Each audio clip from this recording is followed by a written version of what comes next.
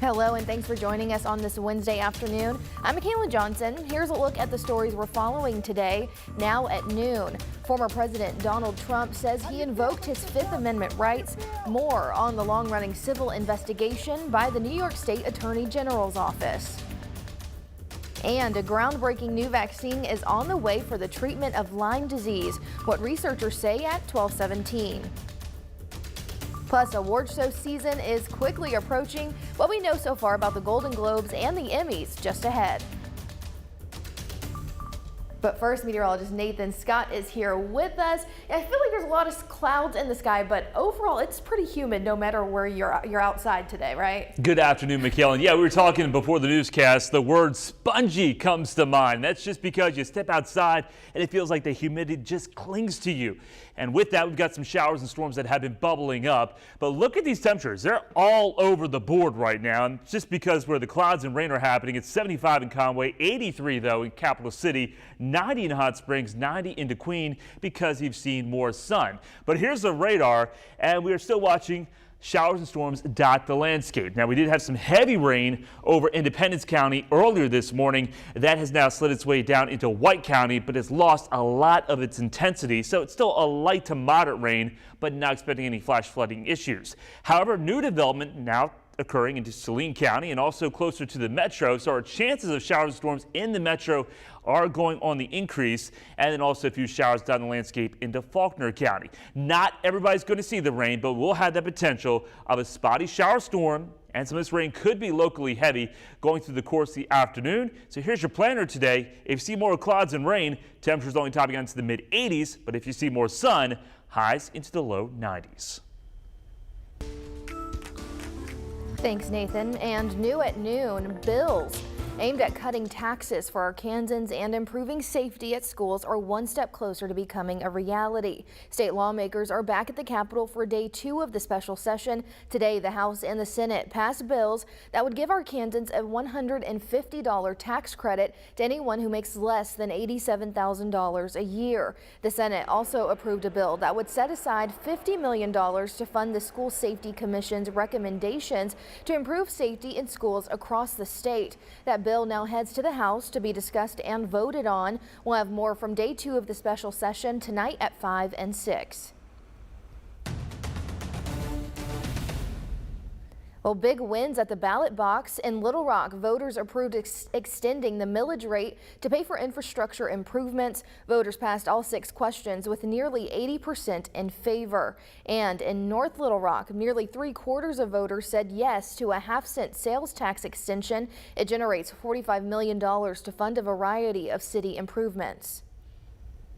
The state is now pushing new initiatives, expanding health services for expecting mothers. The Arkansas DHS wants to expand Medicaid services to cover behavioral health services for mothers while they are pregnant and after they give birth. It also looks to expand home visitation services to high-risk pregnant women. If it receives federal approval, the expansion is expected to start in January.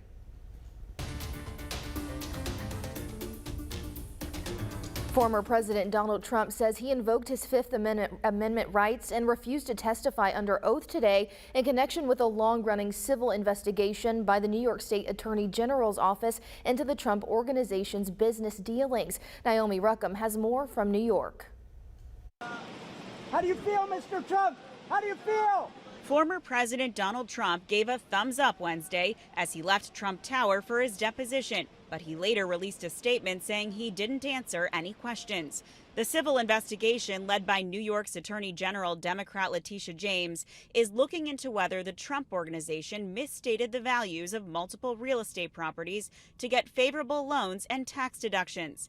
In May, her office said it had collected substantial evidence that could support a lawsuit against Mr. Trump, his company, or both. In a statement, Mr. Trump explained his reason not to testify, saying, "I once asked, if you're innocent, why are you taking the Fifth Amendment? Now I know.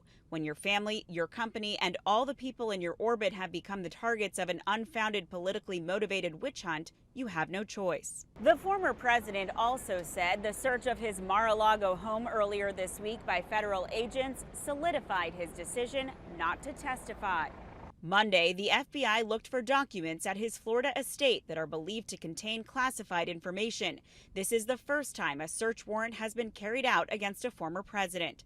The former president's Republican allies accused the Department of Justice of politicizing the agency. It was an outrage and an abuse of power. U.S. officials tell CBS News approval for the search came from the highest levels of the Justice Department. Naomi Ruckham, CBS News, New York.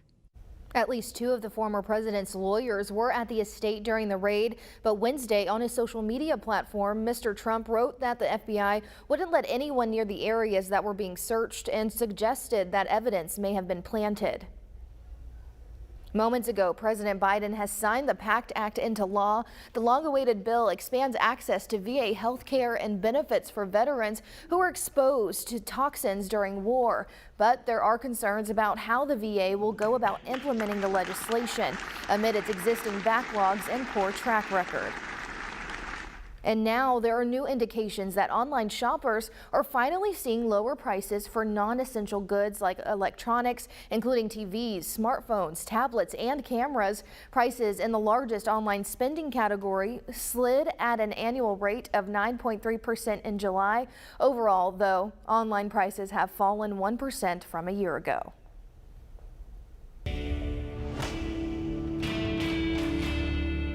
Medicare is a vital program for thousands of Arkansans, but it's coming under fire, all because of politics. Many blame the new Biden spending bill. The sweeping legislation includes more changes to healthcare policy, and some ads claim one of those changes is a massive cut to Medicare. But as our Verify team explains, that claim may not be true. Here's Casey Decker.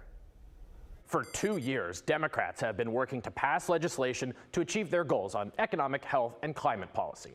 The Senate has just finally done so, passing the Inflation Reduction Act. Ads attacking the bill have already hit airwaves, like this one sent to us by a Verify viewer in Georgia. Washington liberals like Raphael Warnock say their partisan spending bill lowers seniors' drug costs, when actually, it cuts nearly $300 billion from Medicare. So is that true? Does the Inflation Reduction Act cut billions of dollars from Medicare? To verify, we looked at the text of the bill, the analysis of the bill by the Congressional Budget Office, and we went to sources specializing in health and budget policy. All our sources confirmed this bill as written does not cut any funding to Medicare.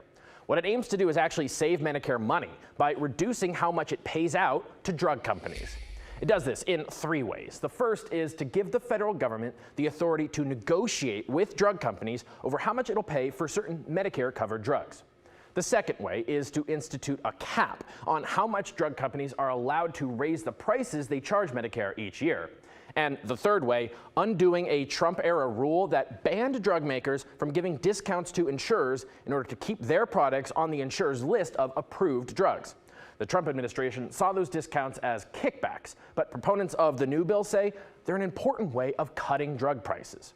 According to the Congressional Budget Office, all that adds up to nearly $300 billion in savings for Medicare over the next 9 years. But it's cost savings, not budget cuts. In fact, the text of the Senate bill includes billions in new spending for Medicare. AARP calls the claims the legislation would cut Medicare a lie, saying, quote, "This bill saves Medicare nearly $300 billion by lowering the price of drugs. Only drug companies would say that saving people money is a bad thing." The nonpartisan Committee for a Responsible Federal Budget made similar statements, calling the advertisements misleading attacks. All that means we can verify, no, the Inflation Reduction Act does not cut billions of dollars from Medicare. With your Verify, I'm Casey Decker. Well, it's the most common tick-borne disease in the U.S. Just ahead, details on a vaccine that could prevent Lyme disease. And be prepared for changing weather out there this afternoon. Some of you will see a pop-up shower storm. I'll have a live look at radar and talk about how long this chance of rain will stick around coming up.